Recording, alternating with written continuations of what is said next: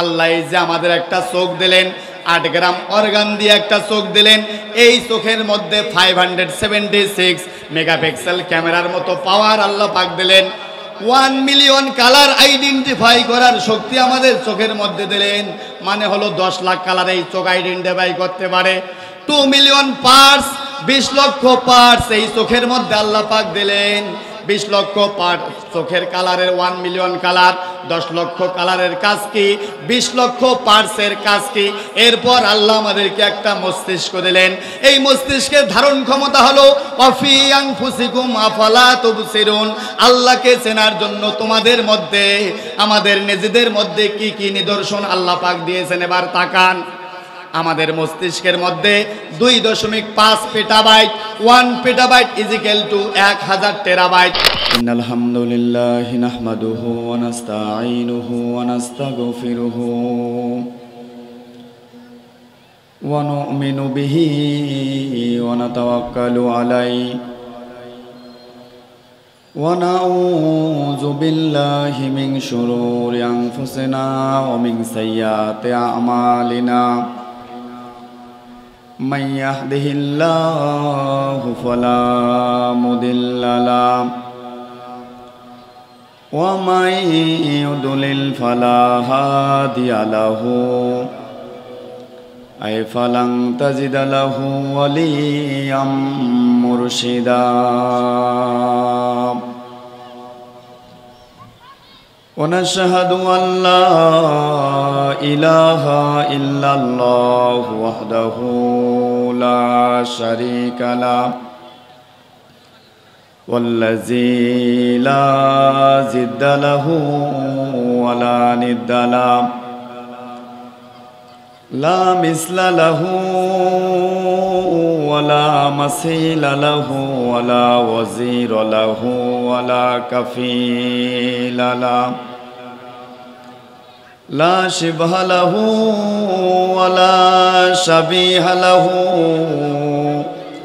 ولد له ولا والد له وهو الواحد الفرد الصمد لم يلد ولم يولد ولم يكن له كفوا أحد ونشهد أن سيدنا وسندنا ونبينا وحبيبنا ومولانا محمدا عبد الله ورسوله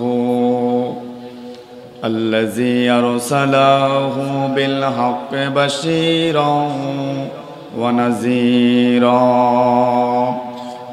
وداعيا إلى الله بإذنه وسراجا منيرا فقد قال الله تبارك وتعالى في كلامه المجيد وبرهانه التوحيد أعوذ بالله من الشيطان الرجيم بسم الله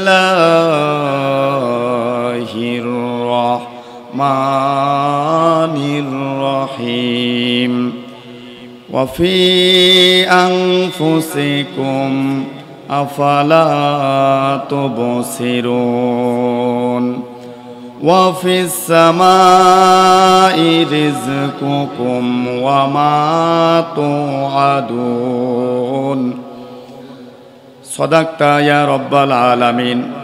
عن حذيفة رضي الله عنه قال قال النبي صلى الله عليه وسلم اطلع النبي صلى الله عليه وسلم علينا ونحن نتذاكر فقال ما تذاكرون قالوا نذكر الساعة قال إنها لن تقوم حتى ترون قبل 10 آيات فالزقار الدخان والدجال والدابة وطلوع الشمس من مغربها ونزول عيسى ابن مريم ويجوز والماجوج ওয়া সালাসাতা খুসুফিন খাসফুন বিল মাশরিকি ওয়া খাসফুন বিল মাগরিবি ওয়া খাসফুন বিজাজিরাতিল আরব ওয়া আখিরু যালিকা নারুন তাখরুজু মিনাল ইয়ামানে তাতরুদুন নাসা ইলা মাহশারিহিম সাদাকতা ইয়া রাব্বাল আলামিন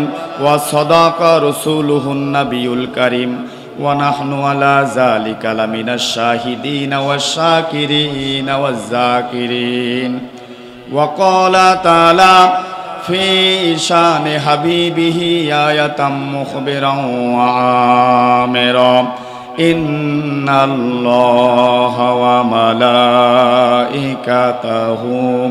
ইউসাল্লুনা আলান নবী ইয়া আইয়ুহাল্লাযীনা আমানু সাল্লু আলাইহি ওয়া সাল্লিমু তাসলিমা। পৃথিবীতে কেউ স্থায়ী হয় না, হোক না সে ফেরাউন কিবা নমরুদ, কেউ ভবে চিরকাল রয় না। পৃথিবীতে কেউ স্থায়ী হয় না, হোক না সে ফেরাউন কিবা নমরুদ, কেউ ভবে চিরকাল রয় না। চলে যায় সব ছেড়ে যেতে হয়, মৃত্যু মানে না কোনো পরিচয়। সব রাজা মহারাজা আর মহাবীর, কাউকে সে অবকাশ দেয় না।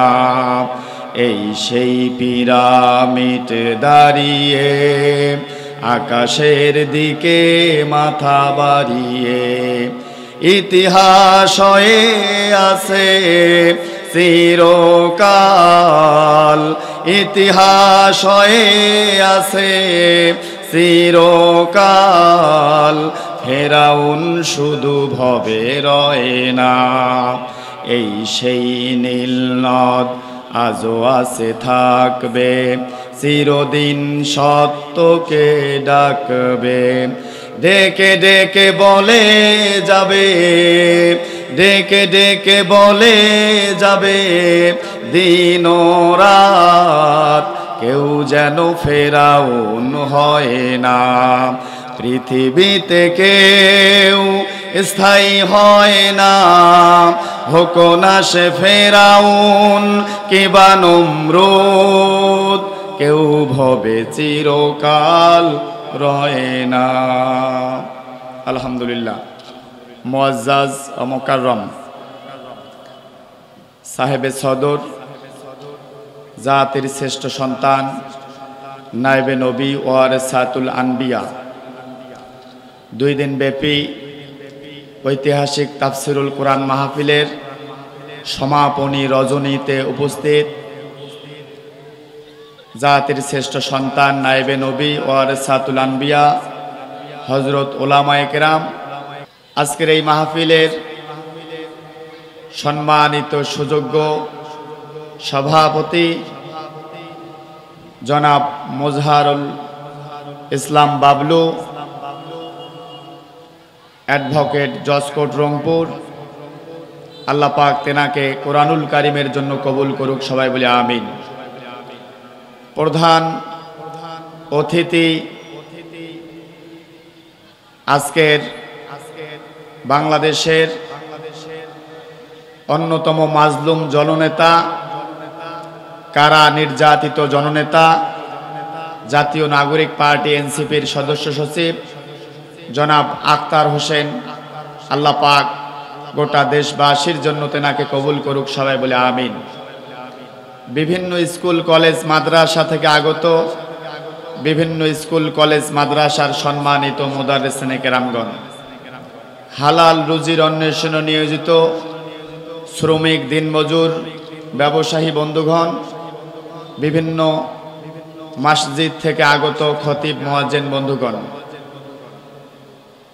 প্রশাসনের ভাইরা,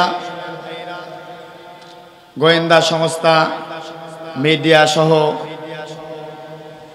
আমার শ্রদ্ধাভাজন ব্যক্তিত্ব, সর্বোপরি কোরআনুল কারিমের সুধা পান করতে আসা কোরআন পাগল, ইসলাম পাগল, নবী প্রেমিক আমার সমবেত তাওহীদি জনতা, পর্দার আড়ালে অবস্থানরত মা এবং বোনেরা, সবাইকে শ্রদ্ধা সালাম, আসসালামু আলাইকুম ওয়া রাহমাতুল্লাহি তাআলা ওয়া বারাকাতুহু।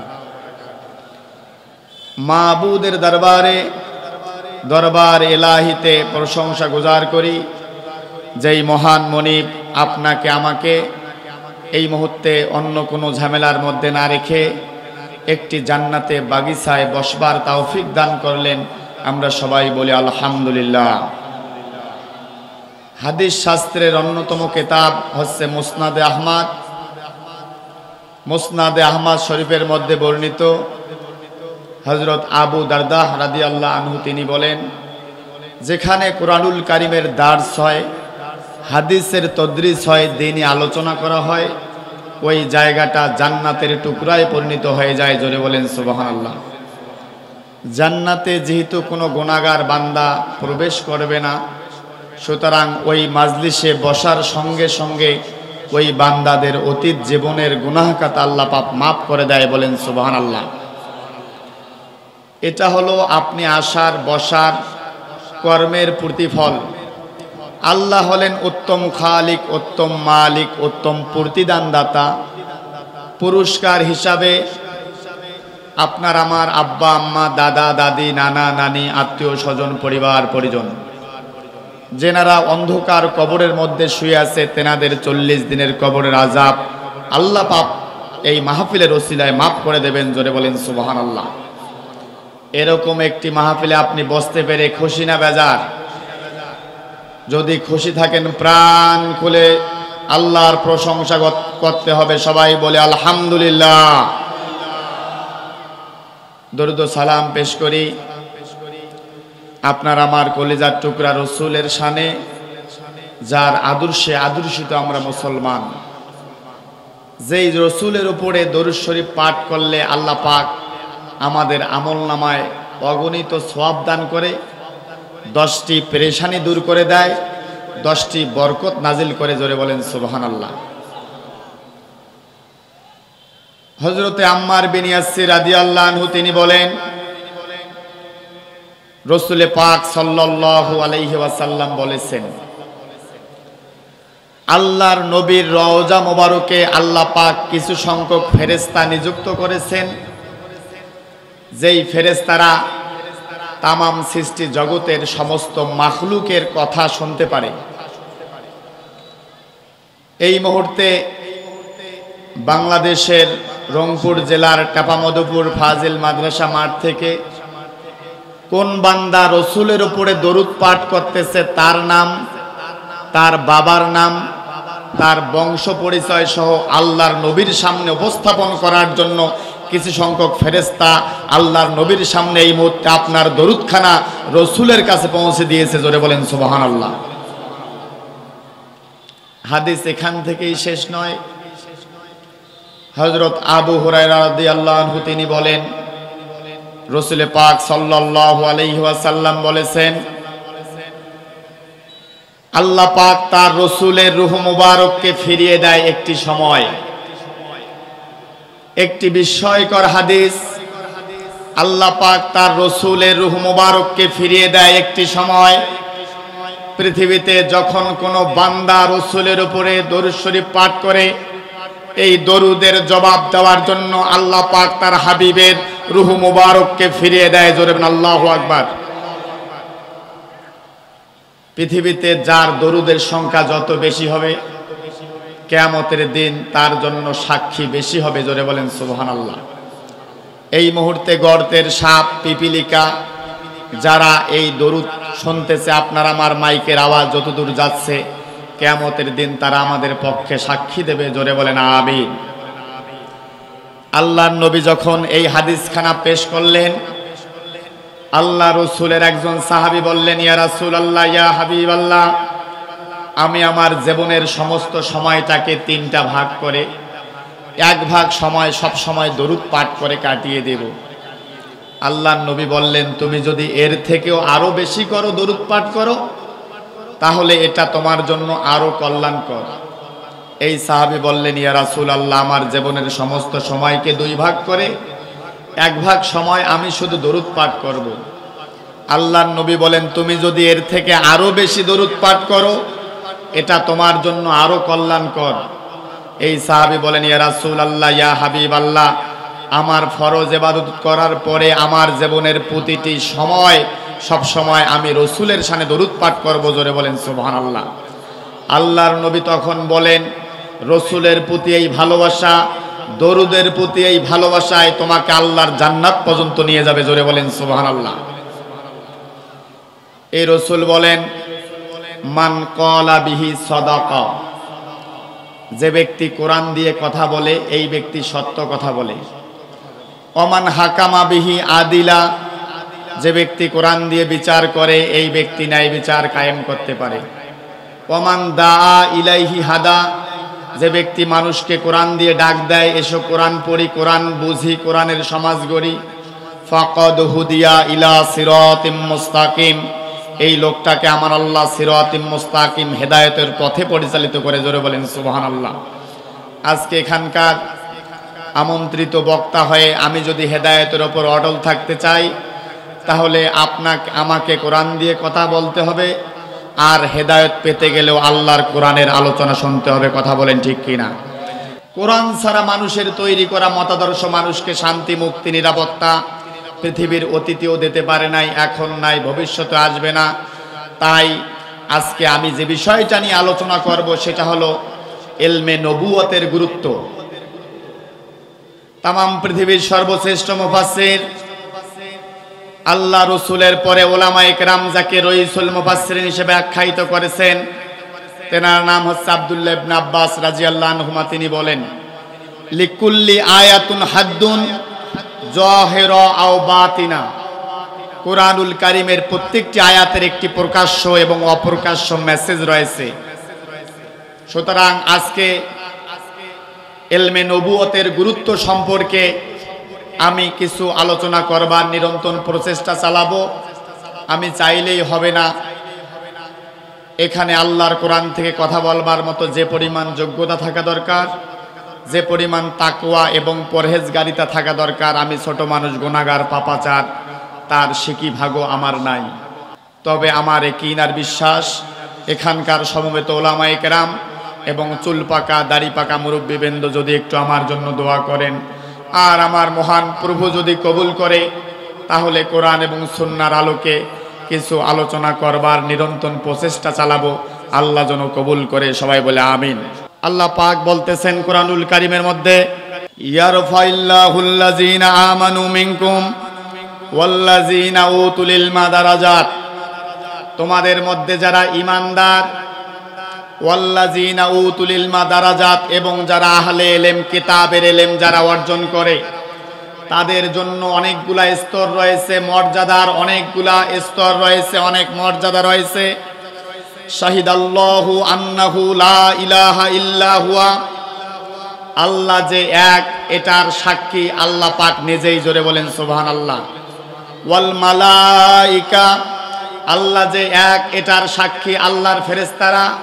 ওয়া উলুল ইলমি কাইমাম বিল কিসত, আল্লাহ যে এক এটার সাক্ষী আল্লাহ পাক আহলে ইলম, কিতাবের ইলম যারা অর্জন করে তাদেরকে আল্লাহ পাক এমন একটি কাজের অংশীদার বানালেন যে কাজটা স্বয়ং আল্লাহ পাক নিজেই করেছেন। জোরে বলেন সুবহানাল্লাহ।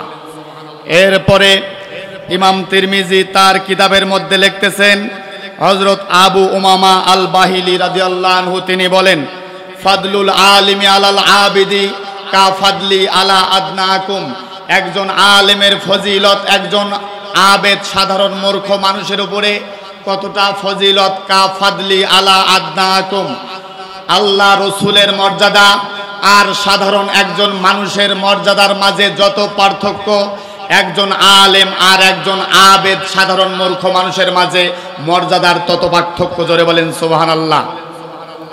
এরপরে রাসূল বলেন, নিশ্চয় আমি আল্লাহ, আমার ফেরেশতারা, আসমানের অধিবাসীরা, জমিনের অধিবাসীরা গর্তের সাপ, পিপিলিকা এবং সমুদ্রের মৎস্যকুল ওই ব্যক্তির জন্য রহমত কল্যাণ কামনা করে যে মানুষকে কল্যাণ শিক্ষা দেয়, দ্বীন ইলম শিক্ষা দেয় এবং যারা শিক্ষা গ্রহণ করে তাদের জন্য অগণিত রহমত নাজিল করেন। জোরে বলেন সুবহানাল্লাহ। আমার ভাইরা, এরপরে হযরত আবু হুরায়রা রাদিয়াল্লাহু আনহু তিনি বলেন, ইন্নামাল উলামাউ ওয়ারাসাতুল আনবিয়া, জেনে রাখো নবীগণের ওয়ারিস হলো আলেমরা। বাপ মারা গেলে সন্তানরা যেরকম ওয়ারিস হয়, সম্পদের ওয়ারিস হয়, নবীগণের ওয়ারিস হলো উলামায়ে কেরামরা। তারা কিসের ওয়ারিস বানায়? ইন্নাল আনবিয়া আলামি ওয়ারিসুদ্দিনা রাওয়াওয়ালা দিরহামা, নবীরা সম্পদ, টাকা পয়সা, দিনার দিরহামের ওয়ারিস বানায় না, নবীরা কিসের ওয়ারিস বানায়? ইন্নামা গররাসুল ইলমা, নবীরা ইলমের ওয়ারিস বানায়। জোরে বলেন সুবহানাল্লাহ। ফামান আখাযা বিহি বিহাজ্জিন ওয়াফির, নবীদের ইলম যারা গ্রহণ করে তারা পূর্ণ অংশ দখল করে নিল। এরপরে আল্লাহর নবী বললেন, লাউ আন্না ফাকিহান আলা রাস জাবাল লাকানা হুয়াল জামা, একজন ফকি যে দিনের ইলম রাখে, যে দিনের জ্ঞান রাখে, একজন আলেম সে যদি একটা পাহাড়ের উপর দাঁড়ায় তাহলে সে একাই একটা জামা, একাই একটা দল। একজন আলেম যদি একটা পাহাড়ের উপর থাকে সে একাই একটা দল। ফকিহুন ওয়াহিদুন আসাদ্দু আলা শাইতান মিন আলফে আবেদ, হাজার আবেদকে গোমরা করতে যে পরিমাণ কষ্ট লাগে, হাজার মূর্খ মানুষকে জাহান্নামে নিয়ে যাইতে যে পরিমাণ কষ্ট লাগে, তার থেকে বেশি কষ্ট হয় একজন আলেমকে গোমরা করার জন্য। এজন্য ইলমের গুরুত্ব অপরিসীম, ইলমে নবুয়তের গুরুত্ব অপরিসীম। কথা বলেন ঠিক কিনা? আজকের পৃথিবীতে ৪,৫০০-এর বেশি ধর্ম আছে, সবগুলো ধর্ম মানুষকে কল্যাণের কথা বলে। আজকের পৃথিবীতে হাজার হাজার বিশ্ববিদ্যালয় আছে, শত শত সাবজেক্ট আছে মানুষের মুক্তি এবং কল্যাণের জন্য। সবগুলো সাবজেক্ট মানুষকে কল্যাণের কথা বলে, মুক্তির কথা বলে। এই কল্যাণ হয়তো নির্দিষ্ট কোনো একটা জাতির জন্য, নির্দিষ্ট কোনো একটা জামানার জন্য, যেটা হয়তো ন্যাশনালি কোনো একটা জায়গায় সে ফাংশন করে, কিন্তু গ্লোবালি ফাংশন করবে না। কিন্তু ইলমে নবুয়ত এমন একটা ইলম যেটা যুগ যুগ ধরে আল্লাহর পক্ষ থেকে সৃষ্টি জগতের শুরু থেকে কিয়ামতের আগ পর্যন্ত ইলমে নবুয়ত ছাড়া অন্য কিছু দিয়া পৃথিবীর মানুষের শান্তি, মুক্তি, নিরাপত্তা সম্ভব নয়। কথা বলেন ঠিক কিনা? ইলমে নবুয়তের গুরুত্বটাকে আজকে আমি অত্যন্ত একটি বিস্ময়কর আলোচনা আপনাদের সামনে আমি উপস্থাপন করব। তার কারণ কিছু হুজুর আমাদের হাতে একটি জিনিস হাতের মধ্যে ধরিয়ে দিয়ে বলে এটাই হলো মুক্তির পথ। আর এক পীর সাহেব আমাদের হাতে আরেকটি জিনিস হাতের মধ্যে ধরিয়ে দিয়ে বলে এটাই মুক্তির পথ। কিছু ইসলামিক দল আমাদের হাতে একটি জিনিস ধরিয়ে দিয়ে বলে এটাই শান্তির পথ। জেনারেল শিক্ষিত অন্যান্য ধর্মের মানুষগুলো বলতেছে এগুলা মানা যাবে না, এটাই শান্তির পথ। সত্যিকার অর্থে শান্তি, মুক্তি, মানবতার মুক্তির পথ কোনটা আমাদেরকে আল্লাহর কোরআন থেকেই খুঁজে নিতে হবে। কথা বলেন ঠিক কিনা? আমার ভাইরা, আল্লাহ পাক এজন্য কুরআনুল কারীমের মধ্যে বললেন, কুল, হে নবী আপনি বলুন, ইন কুনতুম তুহিব্বুনাল্লাহ, তোমরা যদি আল্লাহকে ভালোবাসো, সত্যিকার অর্থে আল্লাহর ভালোবাসা পেতে চাও, ফাত্তাবিউনি, রসুলের আনুগত্য করো, রসুলের অনুসরণ করো। এই কথাটা আমরা এই ওয়াজটা হাজার হাজার বার শুনেছি, কিন্তু সমস্যা হলো ওই জায়গায় আমরা যখন আল্লাহকে ভালোবাসি, আল্লাহর ইবাদত করি, রসুলকে যখন অনুসরণ করতে যাই, তখন আমাদেরকে দেখবেন চরমনার পীর একটা জিনিস হাতের মধ্যে ধরিয়ে দিয়ে বলে এটাই রসুলের অনুসরণ। দেখবেন দেওয়ানবাগের পীর আর একটা জিনিস হাতের মধ্যে ধরিয়ে দিয়ে বলে এটাই রসুলের অনুসরণ। জামাত ইসলাম আমাদেরকে একটা জিনিস হাতের মধ্যে ধরিয়ে দিয়ে বলে এটাই রসুলের অনুসরণ। আহলে হাদিস আমাদেরকে বলে এটাই রসুলের অনুসরণ। বিভিন্ন মতে আমরা বিভক্ত কথা বলে আসেন নাই। এখন আমরা যারা সাধারণ মানুষ, রসুলের সঠিক অনুসরণ কোনটা আমরা বড় বিভ্রান্তের মধ্যে পড়ে গেছি। কথা বলেন ঠিক কিনা? রসুলের সঠিক অনুসরণ কোনটা এ ব্যাপারে কুরআনুল কারীম কি বলে? ফাত্তাবিউনি শব্দটা এসেছে তাবুন শব্দ থেকে। তাবুন, তাবা আইন, তাবউন শব্দের অর্থ হচ্ছে দেখে দেখে চলা, তাবউন শব্দের অর্থ হচ্ছে অনুসরণ করা, তাবউন শব্দের অর্থ হচ্ছে গরুর বছর। আরবি অভিধান অনুযায়ী প্রায় 19টা অর্থ আছে। হিজাজ অঞ্চলের ওই সময়ের তাবউন মানে হচ্ছে গরুর বছর। জোরে বলেন সুবহানাল্লাহ। আল্লাহর নবীর সম্মান মর্যাদা এত বেশি, এত বেশি, রসুলকে অনুসরণ করার জায়গায় আল্লাহ পাক কি পৃথিবীতে উত্তম কোনো শব্দ পায় নাই? গরুর বাছুরের কথাটা কেন বললেন? এবার তাকান।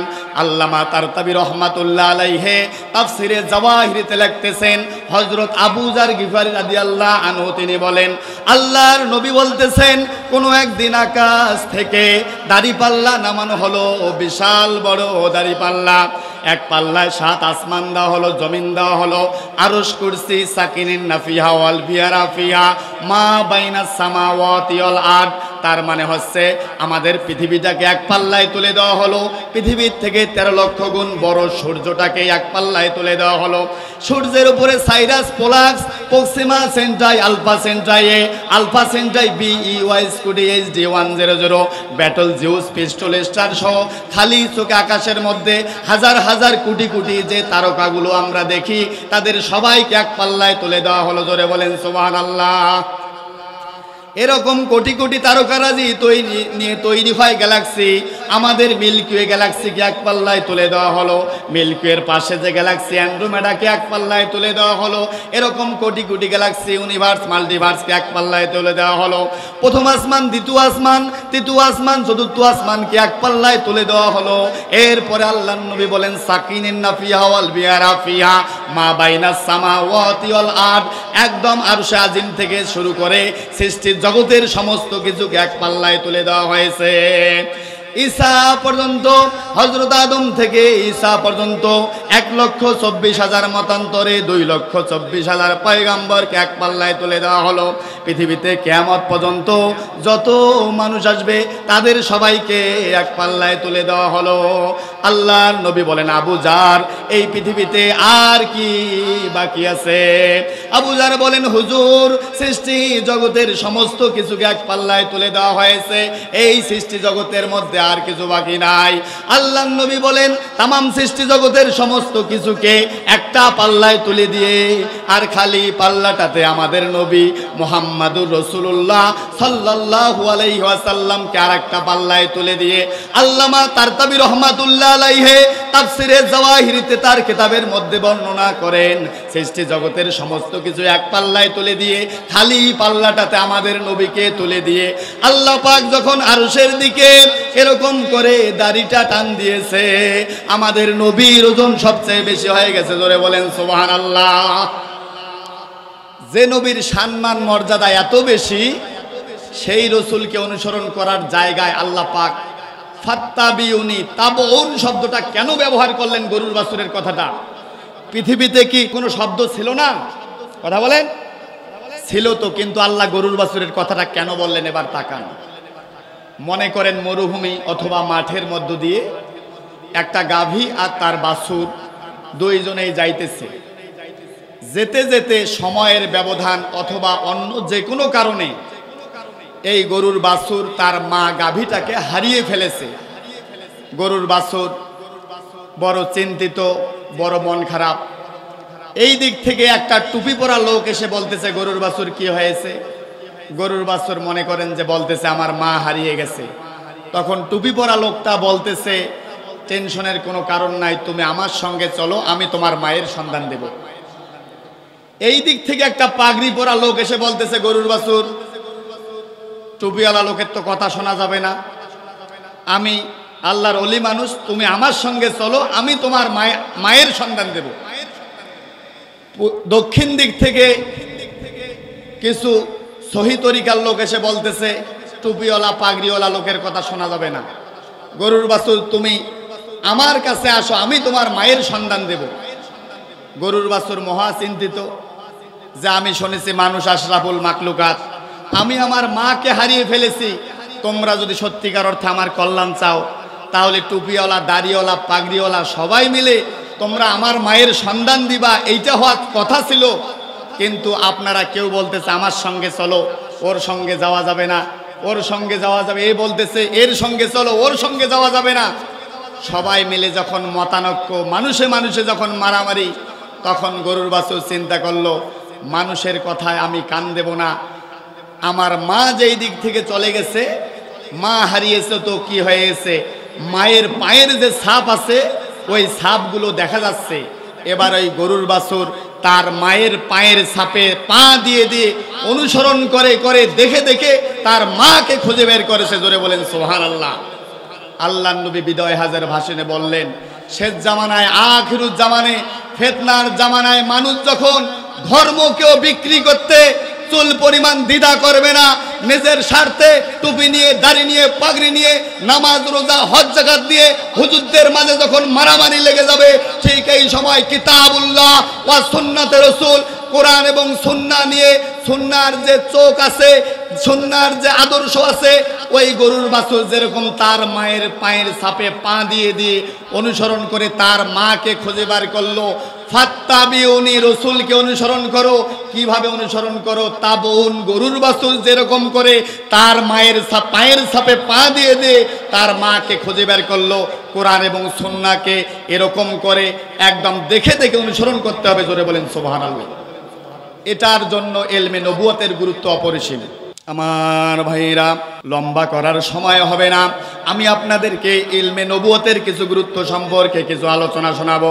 তাহলে আমরা এমন একটা যুগে অবস্থান করতেছি, একদিকে আমাদের হুজুরদের মধ্যে টুপিওয়ালা, দাড়িওয়ালা, পাগড়িওয়ালার মধ্যে, ইসলামী দলের মধ্যে বিভিন্ন গ্রুপিং, কথা বলেন আছে না নাই? একদিকে আমাদের মাঝে গ্রুপিং, অন্যদিকে জেনারেল শিক্ষিত লোক যারা আছে, অন্যদিকে ইহুদি খ্রিস্টান যারা আছে, তারা ইসলামের চরম শত্রু। আমাদের কথা বলেন কিছু আছে না নাই? আল্লাহর নবীর আদর্শ ছাড়া, কোরআন সুন্নাহ ছাড়া, নবীর শিক্ষা ছাড়া এই পৃথিবীতে শান্তি, মুক্তি, নিরাপত্তা সম্ভব নয়। আল্লাহর নবী বলেন, খৈরুল কুরুনি কারনি, নবীর জামানা হলো শ্রেষ্ঠ জামানা। খৈরুকুম কারনি, নবীর সাহাবায়ে কেরামরা হলো শ্রেষ্ঠ। এই কথা যখন আমরা ওয়াজ মাহফিল, ইমাম সাহেব, বক্তা সাহেব, পীর সাহেব নবীর যুগের শ্রেষ্ঠত্বের কথা যখন আমরা বলি, জেনারেল শিক্ষিত লোকেরা তখন বলে আমরা এমন একটা জামানায় অবস্থান করতেছি, যেই জামানায় কম্পিউটার, ইন্টারনেট, মোবাইল, স্যাটেলাইট প্রযুক্তির এমন একটা জয় জয়কার। আজকে আমরা এমন একটা যুগে অবস্থান করতেছি, আজকের পৃথিবীর শ্রেষ্ঠ প্রযুক্তিবিদ, তার নাম হচ্ছে এলন মাস্ক। সে একটা প্রযুক্তি আবিষ্কার করেছে, তার নাম হলো নিউরালিঙ্ক প্রযুক্তি। নিউরালিঙ্ক প্রযুক্তির মাধ্যমে মাথার মধ্যে একটা চিপস বসানো হবে। এই চিপস দিয়ে গোটা দুনিয়ায়, আমেরিকায় চিকিৎসা করাতে পারবেন, বাংলাদেশেই বসে তথ্য আদান প্রদান করতে পারবেন।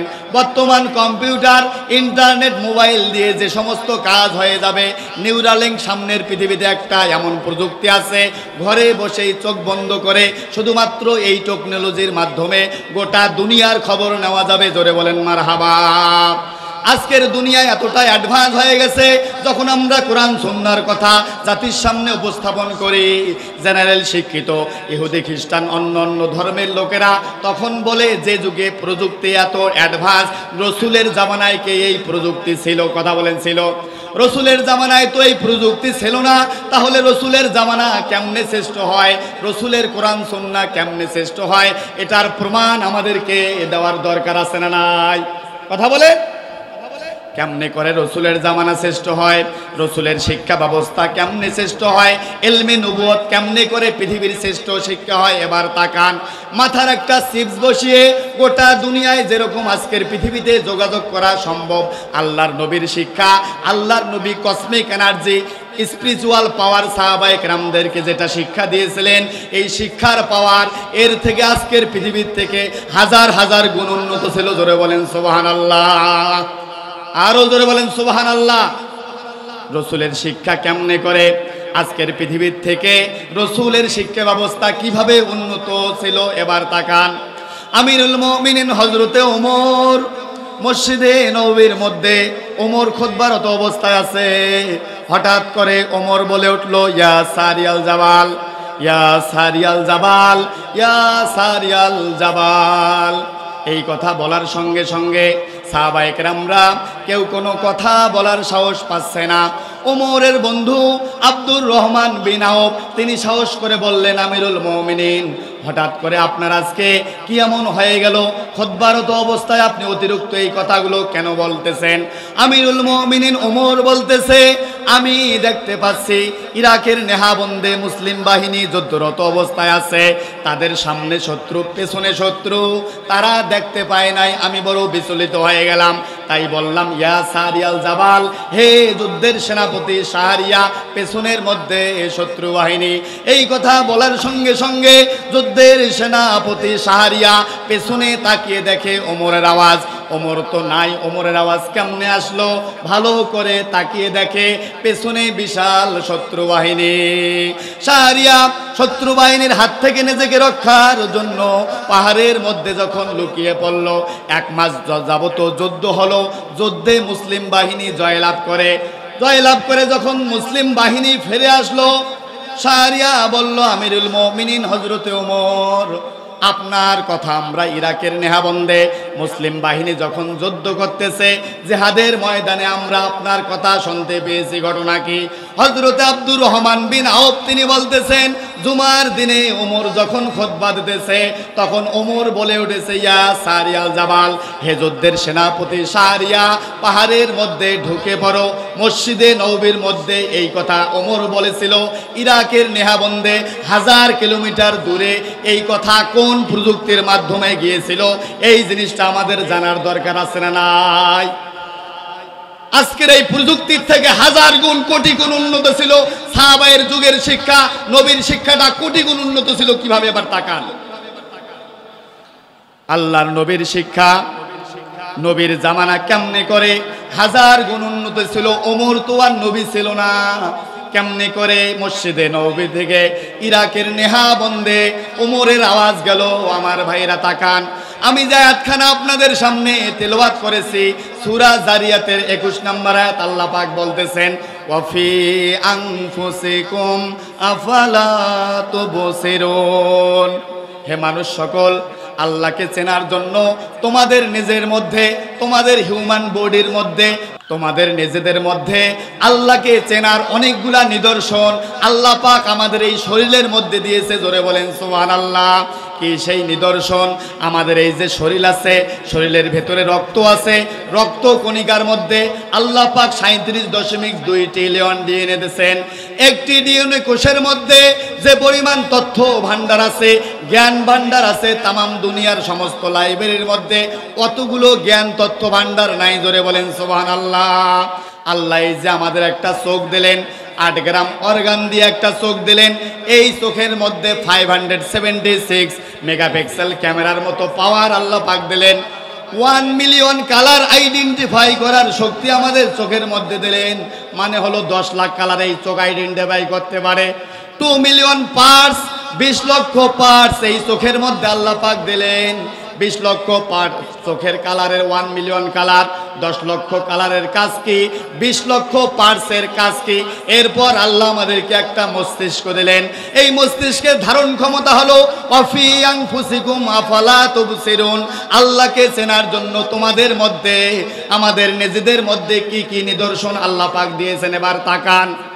আমাদের মস্তিষ্কের মধ্যে 2.5 petabyte, 1 petabyte is equal to 1000 terabyte, 1 terabyte is equal to 1 million gigabyte. 7.8 billion বই মুখস্থ করতে পারে আমাদের মস্তিষ্ক। আমাদের মস্তিষ্কের মধ্যে আল্লাহ পাক 100 বিলিয়ন নিউরন দিলেন, যার 10%, 15% আমরা যদি ব্যবহার করতে পারি, আইনস্টাইনের থেকে বড় বিজ্ঞানী হয়ে যাব।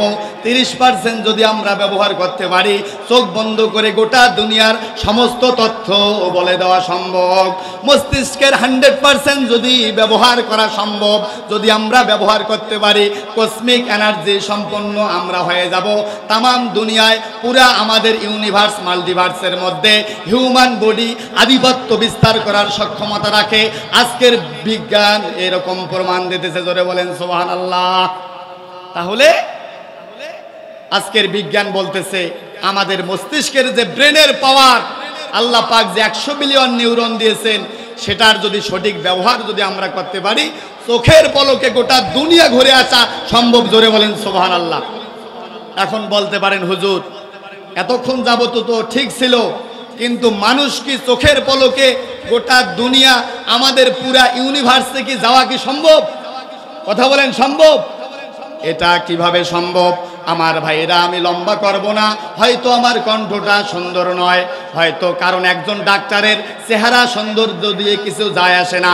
ডাক্তারের যেরকম অভিজ্ঞতা দরকার, একজন বক্তা দিনের দায়ী, তার চেহারা সৌন্দর্যের কিছু যায় আসে না, তার এলেম আছে কিনা, এলমের কথা সে বলে কিনা, এটাই হলো বড় ব্যাপার। কথা বলেন ঠিক কিনা? মানুষ কেমন করে চোখের পলকে গোটা দুনিয়া ঘুরে আসতে পারে? আমার ভাইরা তাকান।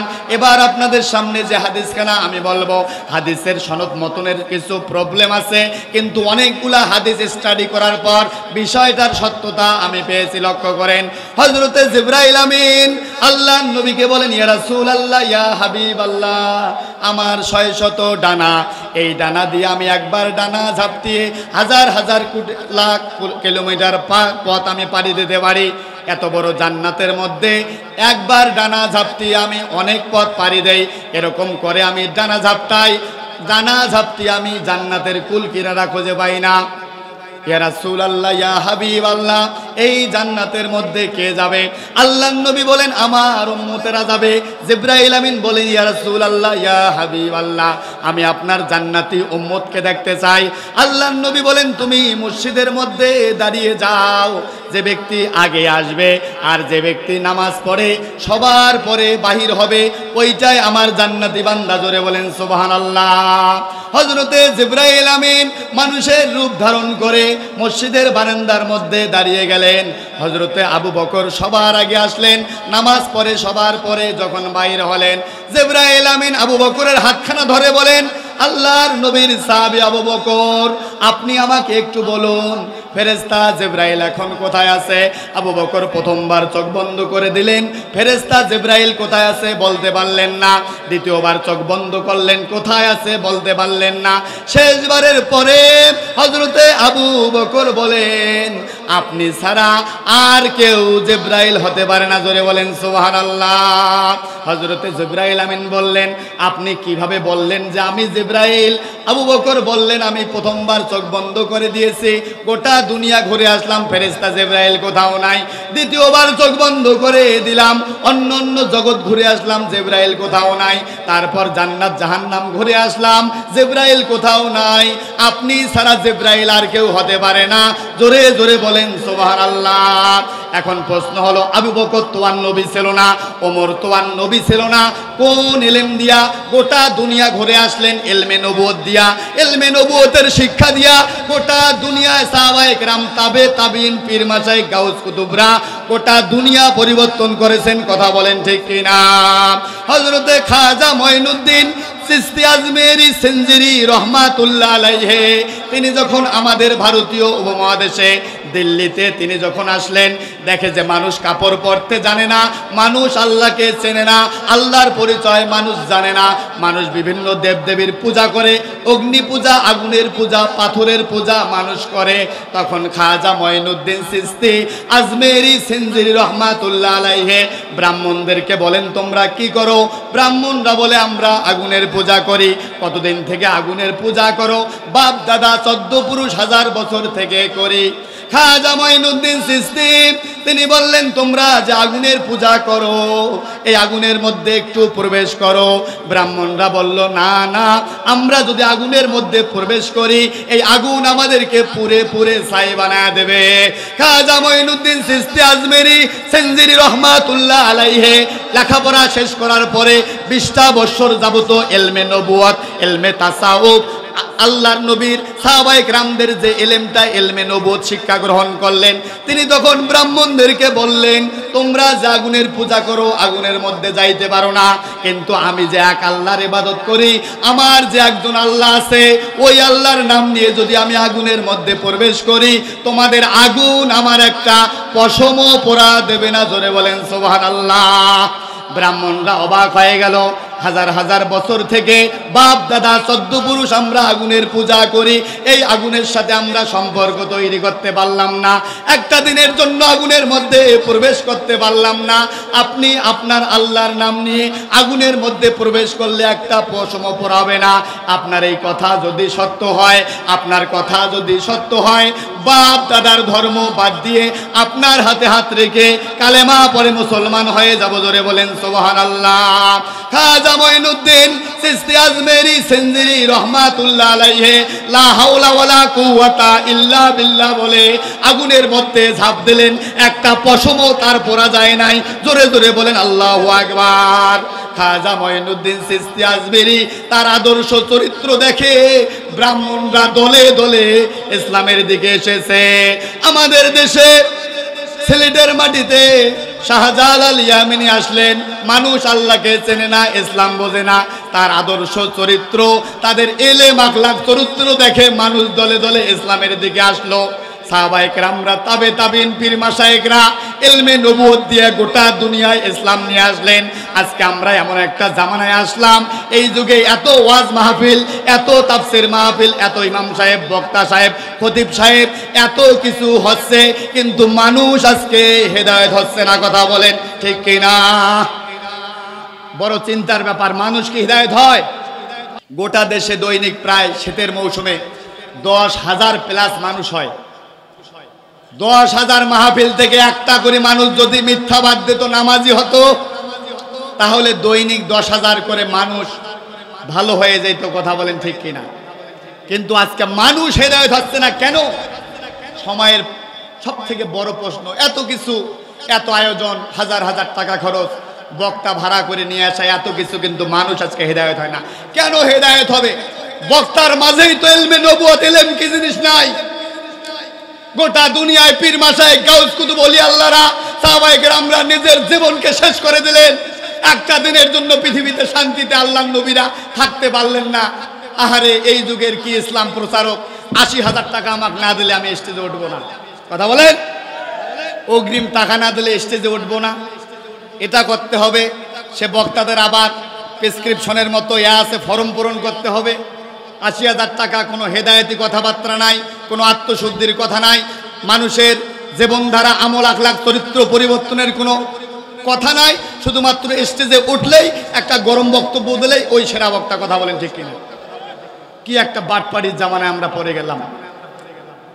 এই বক্তা, এই ওয়াজ মাহফিল, এগুলোই আমাদেরকে জাহান্নামের মধ্যে নিয়ে যাবে। জাহান্নামের মধ্যে আল্লাহর নবী বলেন, জাহান্নামের সর্বনিম্ন স্তর হলো, সর্বনিম্ন স্তরটার নাম হলো জুব্বুল হুজুন। যে জাহান্নাম থেকে জাহান্নামের অন্য অন্য স্তরগুলো দৈনিক 400 বার পানা চায়। আল্লাহর নবীকে জিজ্ঞাসা করলো, ইয়া রাসূল আল্লাহ, ইয়া হাবিব আল্লাহ, এই জাহান্নামে কে যাবে? আবু জেহেল, উতবা, সাইবা, নমরুদ, ফিরাউন, কারা যাবে? আল্লাহর নবী বললেন, আল কুররাউল মুরাউনা বিআমালিহিম। ওই কুররা সাহেব, ইমাম সাহেব, বক্তা সাহেব, যারা লোক দেখানোর উদ্দেশ্যে ওয়াজ মাহফিল করে, যারা মানুষ দেখানোর উদ্দেশ্যে, মানুষ কেমনে করে মিলাদের টান দিলে মানুষ আমাকে হাদিয়া বেশি দেবে, কেমনে করে দোয়া করলে আমি আমার টাকা বেশি দেবে, কেমনে ওয়াজ করলে, গান বললে, গজল করলে মানুষ আমি ইউটিউবে ভাইরাল হব, এই ভাইরাল বক্তারা এই জুব্বুল হুজুর নামে জাহান্নামের মধ্যে চলে যাবে। কি ভাবছেন? এই সুন্দর বক্তারা এরা আপনাকে জাহান্নামের মধ্যে নিয়ে যাবে। যদি এলেম, আমল, আখলাক, চরিত্র আল্লাহর জন্য না হয়, কিয়ামতের দিন অনেক শহীদ, অনেক ইমাম, অনেক গাজী তারা জাহান্নামের মধ্যে যাবে। কারণ তারা লোক দেখানোর উদ্দেশ্যে যত কিছু হবে সব কিছু জাহান্নামের মধ্যে যাবে। জোরে বলেন নাউজুবিল্লাহ। আমরা কি জাহান্নামে যেতে চাই? আজকে আমাদেরকে সিদ্ধান্ত নিতে হবে। আমরা যেরকম একটা অযোগ্য ডাক্তারের চেহারা সুন্দর দেখে ডাক্তারের কাছে যদি না যাই, তাহলে গলা সুন্দর দেখে আপনি বক্তাকে কেন ডাকেন? কথা বলে? আরে ভাই, বক্তার আত্মশুদ্ধি ছাড়া, মানুষকে ইলমে নবুয়তের ইলম ছাড়া মানুষের এই কথা কান পর্যন্ত যাবে, মানুষের ভাগ্য পরিবর্তন হবে না, আমলি জিন্দেগি পরিবর্তন হবে না, মানুষ হেদায়েতের রাস্তায় আসতে পারবে না, না, সম্ভব না। এজন্য ইলমে নবুয়তের গুরুত্ব অপরিসীম। নবীদের ইলম ছাড়া নবীরা যে তরিকায় সাহাবায়ে কেরামরা যে তরিকায় চলেছে দাওয়াত দিয়েছে ওই তরিকা ছাড়া এত কিছু আয়োজন আমি আমার কোরআন হাদিসের যতটুকু ইলম আপনাকে আল্লাহ আমাকে দিয়েছে যদিও আমরা গোটা দেশে এই মাহফিল করে বেড়াই এই মাহফিলগুলো আমাদেরকে আজকে বর্তমান বাংলাদেশে যে অবস্থা এই অবস্থায় এই মাহফিল আমাদেরকে হেদায়েত করতে পারবে না এই মাহফিল আমাদেরকে জান্নাতে নিয়ে যেতে পারবে না আমি যদি চুপ থাকি এই কথাটা হক কথা যদি না বলি কিয়ামতের দিন আল্লাহর কাছে আমাকেও জবাবদিহি করতে হবে কথা বলে আমার ভাইরা আর লম্বা করার সময় হবে না আমি একখানা হাদিস আপনাদের সামনে উপস্থাপন করেছি এই হাদিসখানার ব্যাখ্যা করেই আমি আমার আলোচনা শেষ করব আমার ভাইরা ভালো করে কান লাগান আমার ভাইরা আর লম্বা করার সময় হবে না ইমাম মুসলিম শরীফের মধ্যে একখানা বিস্ময়কর হাদিস বর্ণনা করেছেন যেই হাদিসখানা আমি তেলাওয়াত করেছি হযরত হুযায়ফা রাদিয়াল্লাহু আনহু তিনি বলেন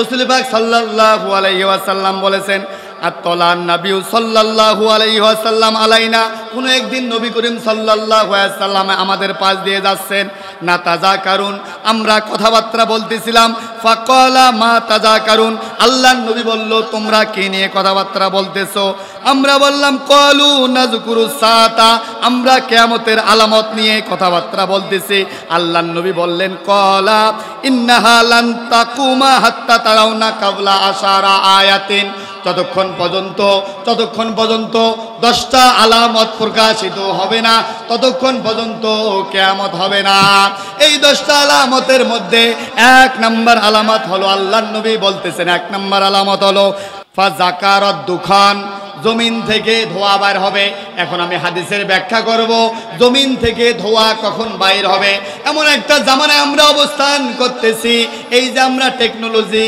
ব্যবহার করতেছি মোবাইলের এই মোবাইলের টাওয়ারের নেগেটিভ এনার্জির কারণে আজকে পাখিরা বন্ধা হয়ে যাচ্ছে পাখিরা বাচ্চা প্রসব করতে পারছে না গাছে গাছে ফুল হচ্ছে বিষ প্রয়োগ না করলে যেরকম করে ফল হচ্ছে না মাটি ফার্টিলিটি হারাচ্ছে মাটির মধ্যে বিষ না দিলে সার না দিলে আগের মতো আর শস্য হচ্ছে না মহিলারা ফার্টিলিটি হারাচ্ছে এরকম করে টেকনোলজির অপব্যবহার করার কারণে আজকের পৃথিবীতে যেরকম করে প্রযুক্তির অপব্যবহার করা হচ্ছে এআই নামে নতুন একটা প্রযুক্তি আসতেছে প্রযুক্তির অপব্যবহার করার কারণে অনতিবিলম্বে আমাদের ইকোলজিক্যাল ব্যালেন্স বাস্তু সংস্থানের মাঝে একটা পরিবর্তন আসতেছে এই পরিবর্তন আরেকটু বিকট অবস্থা গ্রহণ করলে অনতিবিলম্বে আদ-দুখান কিয়ামতের আগে আদ-দুখান জমিন থেকে যে ধোঁয়া বাইর হবে আজকের বিজ্ঞানীরা বলতেছে টেকনোলজির এই অপব্যবহার করার কারণে অনতিবিলম্বে পৃথিবীতে ধোঁয়ার এরকম করে আবির্ভাব ঘটবে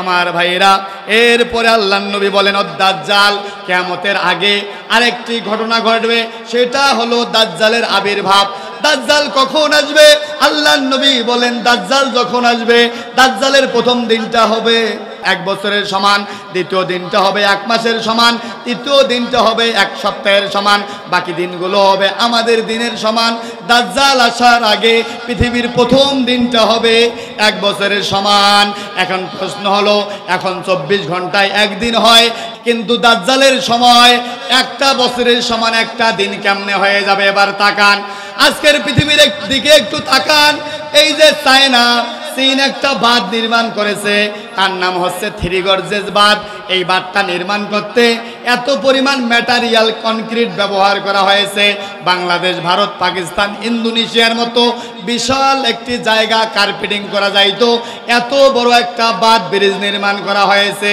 এই ব্রিজ নির্মাণ করার কারণে আহ্নিক গতি বার্ষিক গতির কারণে দিনরাত ছোট বড় হয় জোয়ার ভাটা হয় সাগর থেকে পানি আসে আবার এই পানি চলে যায় কিন্তু এই বাঁধটা নির্মাণ করার কারণে এই সেতুটা নির্মাণ করার কারণে আহ্নিক গতি বার্ষিক গতির মাঝে একটা পরিবর্তন হয়ে গেছে জোয়ারের পানি আসে আর এই পানি নামতে পারে না এই কারণে আজকের বিজ্ঞান দেখতেছে প্রতিদিন 0.06% 0.06% দিন বৃদ্ধি পাচ্ছে এই কারণে আমরা লক্ষ্য করতে পারছি কয়েকটা বছর যাবত পৃথিবীর উষ্ণতা বৃদ্ধি পাচ্ছে কয়েকটা বছর যাবত গরম বৃদ্ধি পাচ্ছে কথা বলেন ঠিক কিনা এই গরম বৃদ্ধি পাওয়ার কারণে গোটা দুনিয়ায় এই চায়নার 3 গর্জেস বাঁধের মতো গোটা দুনিয়ার পরাশক্তিরা এরকম করে বাঁধ নির্মাণ করার কারণে আহ্নিক গতি বার্ষিক গতির মাঝে একটা পরিবর্তন আসতেছে।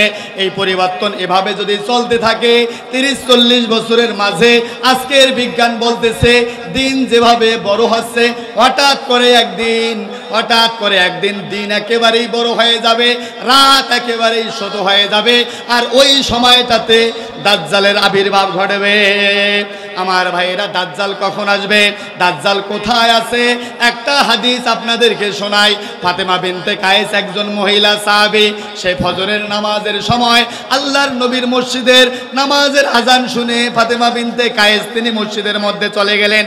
মহিলাদের কাতারের সামনে তিনি দাঁড়িয়ে নামাজ শুরু করবেন। আল্লাহর নবী বললেন, আজকে তোমাদেরকে দাজ্জাল সম্পর্কে আমি কিছু আলোচনা শোনাবো। নামাজ শেষ করে আল্লাহর নবী বললেন, তামিমদারি আমার একজন সাহাবী, সে নৌভ্রমণের জন্য সাগর ভ্রমণ করার জন্য গিয়েছিল। হঠাৎ করে ঝড় এসেছে, ঝড়ের কবলে পড়ে সে নৌকা লন্ডভন্ড হয়ে 1 মাস সাগরের মধ্যে ঘোরাফেরা করে ওসিন একটা দ্বীপের মধ্যে প্রবেশ করেছে। ওসিন দ্বীপের মধ্যে প্রবেশ করে সেখানে দেখে যে একটা ভয়ঙ্কর প্রাণী। তামিমদারি বলল, এই ভয়ঙ্কর প্রাণী তোমার নাম কি? ভয়ঙ্কর প্রাণীটা বলে, আমার নাম হলো জাসসাসা। জাসসাসা মানে হলো গোয়েন্দা। তুমি কার গোয়েন্দা? যে ভেতরে যাও। ভেতরে যাওয়ার পর তামিমদারি লাখাম এবং জোজাম গোত্রের 30 জন সাথী তারা দেখলো ভয়ঙ্কর একটা প্রাণী। তুমি কে গো? এই কথা বলার সঙ্গে সঙ্গে ভয়ঙ্কর প্রাণীটা বলে, তোমরা কারা? তামিমদারি বলে, আমরা আরবের লোক, নৌ ভ্রমণে বাহির হয়েছিলাম, নৌকা নষ্ট হওয়ার কারণে এই দ্বীপের মধ্যে চলে এসেছি। এই ভয়ঙ্কর প্রাণীটা বলে, আজ তোমাদেরকে আমি 3টা প্রশ্ন করব, এই 3টা প্রশ্নের যদি উত্তর দিতে পারো তাহলে তোমরা আমার পরিচয় পেয়ে যাবা। এই 3টা প্রশ্নের 1 নম্বর প্রশ্ন হলো, জুগারের ঝর্ণার অবস্থা কি? আরবের মধ্যে একটা ঝর্ণা আছে জুগার। তামিমদারি বলে, হ্যাঁ, সেখান থেকে পানি প্রবাহিত হয়। তারপর তাবারিয়া উপসাগরের খবর কি? হ্যাঁ, তাবারিয়া উপসাগরের মধ্যে পানি আছে। বাইসানের খেজুর বাগানের খবর কি? হ্যাঁ, বাইসানের খেজুর বাগানে খেজুর উৎপন্ন হয়। এবারে এই লোকটা ভয়ঙ্কর প্রাণীটা বলে, আমি হলো মাসিহুদ দাজ্জাল, আমার নাম মাসিহুদ দাজ্জাল। আমি পৃথিবীতে কখন আসবো? জুগারের ঝর্ণার যখন পানি শুকিয়ে যাবে, তাবারিয়া উপসাগর যখন শুকিয়ে যাবে, পাইসানের খেজুর বাগান যখন থাকবে না, ঠিক এই সময় আমি পৃথিবীতে চলে আসব। আজকে মোবাইল ইন্টারনেটের মধ্যে একটু সার্চ দেন, আজকে তাবারিয়া উপসাগরের পানি শুকিয়ে গেছে, জুগারের ঝর্ণার আগের মতো পানি নাই, খেজুর বাগান বাইসানের খেজুর বাগান আর আগের মতো নাই।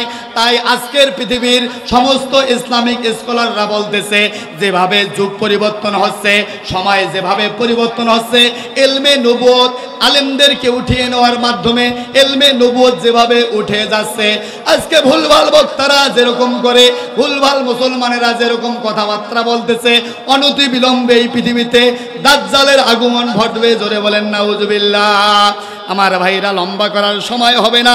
এরপরে আল্লাহর নবী বলেন, অদ্দাব্বাতা, কিয়ামতের আগে জমিন থেকে প্রাণী বাইর হবে, জমিন ফেটে প্রাণী বাইর হবে। ওই প্রাণীগুলো মানুষের সঙ্গে কথা বলবে। জমিন থেকে প্রাণী কেমনে বাইর হয়? আলাদা আলাদা ডাইমেনশনের মধ্যে আলাদা আলাদা প্রাণী বসবাস করে। মানুষ 3 ডাইমেনশনের মধ্যে অবস্থান করতেছি, 2 ডাইমেনশনের মধ্যেও কিছু প্রাণী বাস করে, 4 ডাইমেনশনে যারা জিনরা বসবাস করে, ফেরেশতারা, অনেক প্রাণী।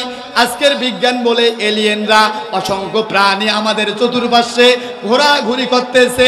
এই প্রাণীগুলো বাহির হয়ে আমরা মানুষ যেরকম করে ইকোলজিক্যাল ব্যালেন্স, জীবন চলার পথ যেরকম করে নষ্ট করতেছি, অনতি বিলম্বে আদ্দাব্বাতা, এই প্রাণীগুলো বাহির হয়ে মানুষের সঙ্গে কথা বলবে। এরপরে আল্লাহর নবী বলেন ওয়াতুলু ওয়াশ-শামসি মিন মাগরিবিহা, পশ্চিম আকাশ থেকে সূর্য উদিত হবে। ওয়া ইয়াজুজ ওয়াল মাজুজ, ইয়াজুজ মাজুজের আগমন ঘটবে। এই যে আমাদের কিরগিজস্তান, উজবেকিস্তান, কাস্পিয়ান সাগরের উত্তরে বিশাল বিশাল পাহাড় আছে। ইনসাইক্লোপিডিয়া অফ ব্রিটানিকা, ওয়ার্ল্ড ইনসাইক্লোপিডিয়ার তথ্য মতে গোটা পৃথিবীর রাজা ছিলেন বাদশাহ জুলকারনাইন। বাদশাহ জুলকারনাইন তার রাজ্য দেখাশোনার জন্য পৃথিবীর উত্তরে যখন চলে গেলেন, কিছু মানুষ ক্যাসর ম্যাসর করে কথা বলে।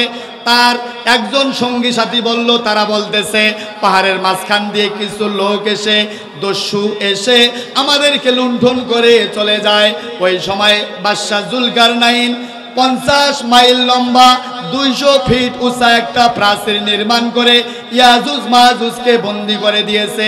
আজকের পৃথিবীতে যেরকম করে ইকোলজিক্যাল ব্যালেন্স নষ্ট হয়ে যাচ্ছে, ওই জুলকারনাইনের যে দেয়াল, ওই দেয়ালটা ভেঙে যাবে।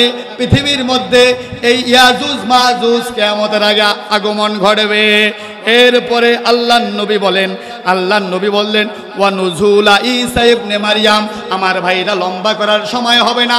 পৃথিবীর শেষ প্রান্তে, হিস্ট্রির শেষ প্রান্তে মানুষ যখন ঈমান হারা হয়ে যাবে, দাজ্জাল পৃথিবীতে এসে বৃষ্টি নিয়ন্ত্রণ করবে। ক্লাউড সিডিং প্রযুক্তির মাধ্যমে যেখানে ইচ্ছা বৃষ্টি নামানো হবে, এআই দিয়ে মানুষের মতো সব কিছু করানো হবে। বিজ্ঞান মানুষকে, টেকনোলজির পরে জেনারেশন 4 ডাইমেনশন এমন একটা নলেজ আসতেছে।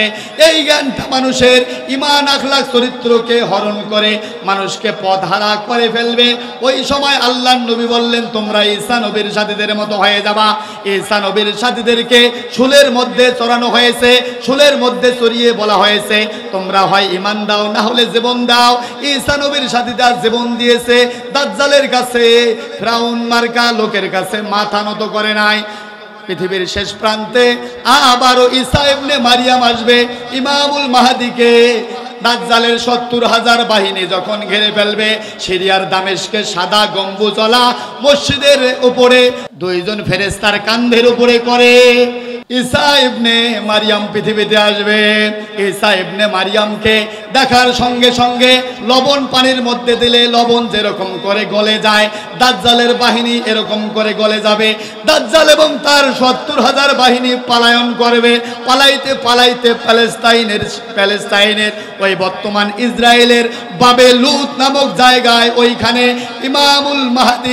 ইমামুল মাহদি ঈসা ইবনে মারইয়াম মুসলমানদের নেতৃত্বে ওই দাজ্জালকে ধরে তারা সেখানেই কতল করবে। জোরে জোরে বলেন সুবহানাল্লাহ। আমার ভাইরা, হাদিস আর লম্বা আমি শেষ করতে পারলাম না। আমার ভাইরা, আমাদের অতিথি বক্তাবৃন্দ খুব তাড়াতাড়ি চলে আসবে।